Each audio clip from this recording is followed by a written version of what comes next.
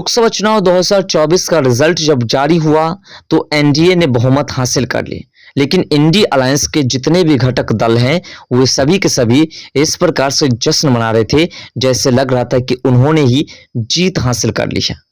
अब सभी जितने भी इंडी अलायंस के घटक दल हैं उन सभी की मुश्किलें बढ़ चुकी है। उनमें ऐसे कई नेता हैं जो पार्टी छोड़ करके जा चुके हैं और कई ऐसे नेता हैं जो पार्टी छोड़ करके जा रहे हैं। आगे सभी बातों को विस्तार से समझने का प्रयास करेंगे, लेकिन आखिर ऐसा क्यों हो रहा है पहले इसे समझने का प्रयास करते हैं। दरअसल बात है कि कांग्रेस की गारंटी पेपर थी और वही गारंटी पेपर है जो कांग्रेस पार्टी समेत जो इंडी अलायंस के तमाम घटक दल हैं उन सभी को 200 का आंकड़ा पार करने में जो है सहयोग किया। लेकिन अब वही जो गारंटी पेपर है वही उसकी मुश्किलें बढ़ाते हुए दिखाई दे रहे हैं और जिसके कारण जो है सभी नेता लगातार जो है इस्तीफा देकर के भाग रहे हैं। दरअसल बात है सबसे बड़ी मामला सामने यहां से आया है कि जहां से सारण वही क्षेत्र जहां से रोहिणी आचार्य लालू प्रसाद की बेटी जो चुनाव लड़ रही थी और वहां पर जो हिंसा हुई थी उसी हिंसा से ये मामला गंभीरता से आगे बढ़नी शुरू हो गई। दो गुट थे, भारतीय जनता पार्टी के समर्थक और शासक आरजेडी के समर्थक। इन दोनों में कुछ बहसबाजी हुई और उसके बाद ये आरोप लगाया गया है कि आरजेडी की ओर से जो है एक युवक को गोली मार करके हत्या कर दी गई और ये मामला काफी गंभीर रूप भी ले चुके हैं। इसमें कई लोगों की गिरफ्तारी भी हो चुकी है। लेकिन जो कांग्रेस की गारंटी पेपर थी, खटाखट की गारंटी पेपर थी, वही गारंटी पेपर अब जो है सभी दल को मुश्किल में डाल रखे हैं। दरअसल बात है कि लोकसभा चुनाव में बीजेपी की ओर से ऐसी कोई गारंटी पेपर वितरित नहीं की गई थी जिसमें कहा गया था कि जनता को जो है पैसे दिए जाएंगे, बल्कि सरकार द्वारा ऐसे गारंटी पेपर वितरित की गई जिसमें जनता को सिर्फ रोजगार ही मिले, विकास हो देश का, ऐसी गारंटी और गारंटी पेपर नहीं दी गई बल्कि गारंटी दी गई थी। लेकिन विपक्षी पार्टी की ओर से 1 लाख रुपए 8500 रुपए महीने के हिसाब से जो है ये सेटलमेंट करके जो है गारंटी पेपर वितरित की गई थी।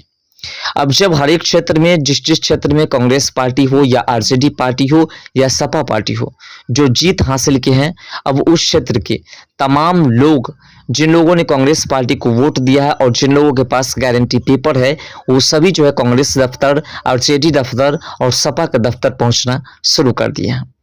और यही कारण है कि उस क्षेत्र जिस क्षेत्र में कांग्रेस पार्टी के या सपा के नेता ने जीत हासिल की है अब जो है उस जगह से वह इस्तीफा देने को तैयार है। दरअसल बात है इसकी वजह यह है कि जो जनता, क्योंकि सरकार तो बनी नहीं इंडिया अलायंस की, तो जो जनता वोट दिए हैं गारंटी पेपर के हिसाब से वो जनता अपने क्षेत्र के नेता के पास पहुंचते हैं, उससे घेरते हैं और फिर उसे कहते हैं कि आप इस गारंटी पेपर को जो है इसमें जो शर्त आप दी हैं उसकी पूर्ति कीजिए, वरना फिर इसका अंजाम आपको भुगतना पड़ेगा। इसीलिए जो है अब विपक्षी पार्टी के होश उड़ चुके हैं और इसीलिए उसके ऐसे कई सांसद हैं जो इस परिस्थिति को देखते हुए इस्तीफा देकर के निकल रहे हैं और जो हार चुके हैं जिस क्षेत्र से उसके ऊपर भी काल मटरा रहे हैं।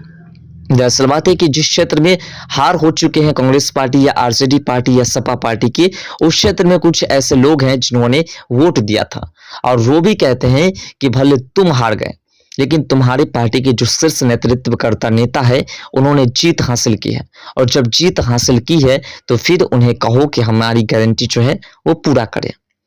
देखिए सरकार तो बनी नहीं और सरकार नहीं बनी तो फिर जो गारंटी लोगों को दिए थे उस गारंटी की पूर्ति कैसे करेंगे, ये सबसे बड़ी बात है। और जब सरकार ही नहीं बनी तो जो नेता जिसके ऊपर ये परिस्थिति आन पड़ी है, जो लोग उनके घर पर पहुंचते हैं और उनसे पैसे मांगते हैं, वो लोग अब मजबूर हो चुके हैं और जिसके कारण लोग इस्तीफा देना शुरू कर चुके हैं क्योंकि हमारी सरकार है नहीं। राहुल गांधी जिन्होंने ये खटाखट की परिस्थिति उत्पन्न की है, जिन्होंने ये खटाखट की गारंटी पेपर वितरित की है, वो ही साइड ले चुके हैं और वही कुछ नहीं कह रहे हैं, तो फिर हम क्या करें। और इसी परिस्थिति को देखते हुए तमाम नेता धीरे धीरे करके इस्तीफा देते हुए दिखाई दे रहे हैं। अब ये भी अनुमान लगाया जा रहा है कि जल्द से जल्द अभी एनडीए की जो है एनडीए गठबंधन की सीटों की संख्या 303 पार कर चुकी है और ये अनुमान लगाया जा रहा है कि बहुत जल्द ये देखने को मिलेगा कि जो एनडीए का संख्या है वो 325 पार कर जाएगा।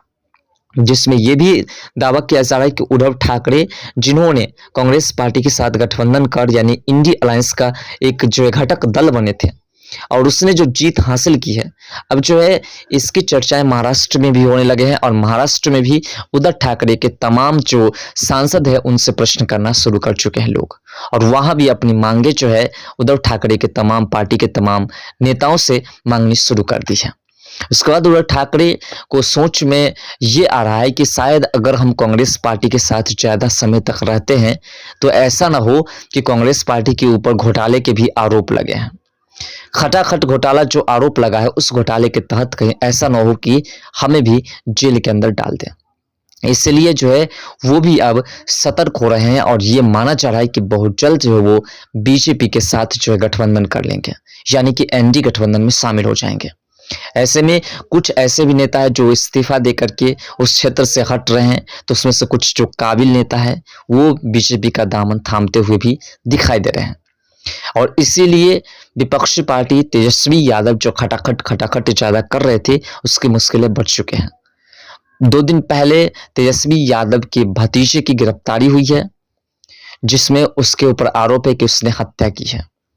तो कुल मिलाकर के जंगल राज की स्थिति जब से शुरू किए थे लालू प्रसाद जी, उस वक्त से ही उनके परिवार के किसी न किसी एक सदस्य के ऊपर किसी न किसी तरह का मुकदमा दर्ज रहता है। तो इसलिए तेजस्वी यादव काफी टेंशन में है। तेजस्वी यादव के जो लैंड फॉर जॉब स्कैम का मामला है वो भी ओपन हो चुका है और ऐसे में खटाखट की जो परिस्थिति है वो भी अब जो है सामान्य स्थिति से ऊपर पहुंच चुके हैं। तो ऐसे में आरजेडी पार्टी अब जो है इंडी अलायंस से अलग होते हुए दिखाई दे रहे हैं। तो इसलिए अब इंडी अलायंस जो है कई भागों में बंटते हुए दिखाई दे रहे हैं और जिससे कि जो उसकी मजबूती थी, कहते थे कि विपक्ष की मजबूती काफी अधिक है, जिसके कारण जो वह एनडीए को इस बार जो है बहुत झुका करके रखेंगे। लेकिन यहाँ पर पूरा गणित उल्टा दिखाई दे रहा है। सारा का सारा गणित जो है वह फेल हो चुका है। RJD party, Congress party, Sapa सभी की स्थिति बिगड़ चुके हैं और सभी जो अब सोचने पर मजबूर है कि आखिर आगे का परिणाम क्या होगा, क्योंकि ना ही सत्ता हासिल हुई और ना ही जनता का जो है अब भरोसा हासिल कर पाए। जनता जो अब पूरी तरह से हमसे नाराज है। जिन जनता ने हमें वोट दिया है वही जनता अब हमें लात घुस्से देने के लिए तैयार है। तो ऐसे में ना हमारी सरकार है और ना ही जनता है, तो फिर हमारी जो है आगे की जिंदगी, आगे की जो राजनीतिक कैरियर है वो कैसे गुजरेंगे, इसके पीछे की गणित भी काफी जो है डिफिकल्ट हो चुके हैं, क्योंकि एनडीए की ओर से भी दबाव पड़ रहा है। एनडीए की ओर से जितने भी घोटालेबाज हैं उसको ईडी का समन मिलना शुरू हो चुका है आदर्श आचार संहिता समाप्त होते ही, और साथ साथ जिन्होंने नए नए घोटाले किए हैं और जिन लोगों का घोटाले में नाम थोड़ा भी भनक रूपी पता चल रहा है उन सभी को गिरफ्तार करने के लिए ईडी और सीबीआई एक्टिव हो चुके हैं। एनडीए सरकार जो है पूरी तरह से एक्टिविटी दिखा रहे हैं। आपको बता दें कि कांग्रेस बिहार से तो लगभग सपा चट थे, लेकिन सारण लोकसभा सीट की जो चर्चाएं हैं ये भी इस वक्त सुर्खियों में है, क्योंकि सारण से जो इससे पहले जो नेता थे, जो आरजेडी के नेता थे, इस बार चुनाव नहीं लड़े लेकिन वो आरजेडी में ही थे, उसने इस्तीफा देकर के साफ तौर पर कह दिया कि हमें आरजेडी में जो है कुछ असहज महसूस होता है, यानी कि आरजेडी पार्टी जो है हमें पूरी तरह से संतुष्ट नहीं करते हैं, जिसकी वजह से हम आरजेडी पार्टी को छोड़ करके दूसरी पार्टी ज्वाइन करने जा रहे हैं। तो ये सभी बातें हैं जिसके कारण RJD party, Congress party, Sapa party के कई नेता छोड़ करके जा रहे हैं, क्योंकि उस पार्टी से वह संतुष्ट नहीं है और दूसरी जो गारंटी पेपर थी उस गारंटी पेपर की पूर्ति करने के लिए जनता जो है लगातार उनके कंठ पर चढ़े हुए हैं। तो ऐसे में उसके पास कोई दूसरा विकल्प नहीं है, इसलिए वह छोड़ करके जा रहे हैं। फिलहाल आपके हिसाब से क्या लग रहा है कि विपक्ष की जो मजबूती है वो इस प्रकार से जो बिखर रहे हैं, इसके पीछे का गणित क्या हो सकता है?